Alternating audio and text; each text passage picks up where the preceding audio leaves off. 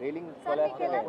नहीं, जब तो गिरे को देखे हम, नीचे आदमी गिरे हुए थे, उसमें 4 आदमी गिरे हुए थे, हाँ, 2 आदमी डेथ हो गए थे, 2 सीरियस थे उस समय। हाँ, पूरा 6 मेंबर्स है उधर, नहीं, 4 मेंबर्स है, ऊपर से गए? ऊपर से हाँ, 4 नीचे गिरे थे, उसमें 2 डेथ हो गई, 2 सीरियस थे उसमें। किसका है जी ये बिल्डिंग, किसका है, कौन बन रहा है? उसका नाम तो नहीं मालूम, बिल्डर है, उसका नाम नहीं है। हाँ, वेरी ये कितने दिन से काम चल रहा है इधर? ये तो 1 साल हो गया काम चल रहा हाँ। है, 1 साल से चल रहा है काम, 1 साल से काम चल रहा है। అయితే సంవత్సరం నుంచి కూడా ఈ బిల్డింగ్ నిర్మిస్తున్నారు అంటున్నారు.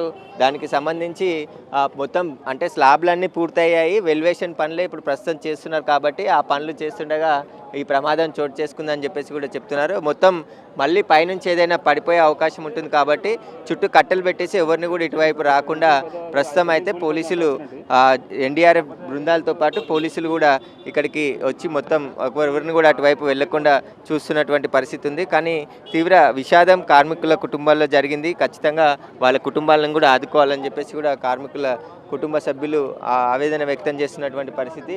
మొత్తం ఇటుకలు మెటీరియల్ అంతా కూడా పైన రేలింగ్ ఏదైతుందో ఆ రేలింగ్కి సంబంధించిన మొత్తం కట్టే మెటీరియల్ అంతా ఒక్కసారిగా కింద పడిపోవడంతోనే ఈ ప్రమాద తీవ్రత ఎక్కువ జరిగిందని చెప్పేసి కూడా గుర్తిస్తున్నారు.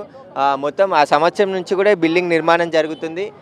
మొత్తం 5 అంతస్తుల బిల్డింగ్ నిర్మించారని చెప్పేసి కూడా ఇక్కడ ఉన్నటువంటి స్థానికులు చెప్తున్నారు. క్లూస్ టీమ్ అధికారులు కూడా క్లూస్కి సంబంధించిన ఆధారాలన్నిటిని కూడా ఇక్కడ సేకరిస్తున్నారు. ఎందుకంటే ప్రమాదం ఎలా జరిగింది, మొత్తం మెటీరియల్కి సంబంధించిన ఫొటోస్, వీడియోస్ అవన్నీ కూడా క్లూస్ టీమ్ అధికారులంతా కూడా రికార్డ్ చేసుకున్నటువంటి పరిస్థితి ఇక్కడ కనబడుతుంది. ప్రస్తుతం ఫైర్ డిపార్ట్మెంట్ అధికారులు కూడా ఇక్కడ హైదరాబాద్ డిఎఫ్ఓ వెంకన్న కూడా రావడం జరిగింది. ఆయన కూడా పరిశీలిస్తున్నారు ఘటనా స్థలాన్ని, ఏ విధంగా జరిగింది, అసలు దీనికి అనుమతులు ఉన్నాయా లేదా, ఫైర్ సేఫ్టీ నామ్స్ కూడా ఉన్నాయా లేవా అనే దానికి. ఎందుకంటే 5 అంతస్తుల బిల్డింగ్ ఇక్కడ నిర్మించారు కాబట్టి వాటన్నిటికి సంబంధించి అనుమతులను కూడా పరిశీలిస్తున్నారు.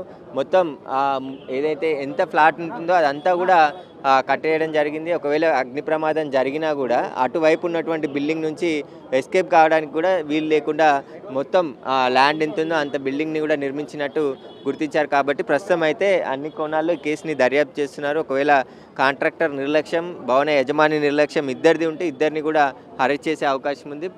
గాయపడ్డ కార్మికులకు ప్రస్తుతం అయితే హాస్పిటల్లో చికిత్స అందిస్తున్నారు. మొత్తం 3 చనిపోయారు అంటున్నారు, కానీ అధికారికంగా 2 చనిపోయారని చెప్పేసి కూడా పోలీసులు చెప్తున్నటువంటి పరిస్థితి.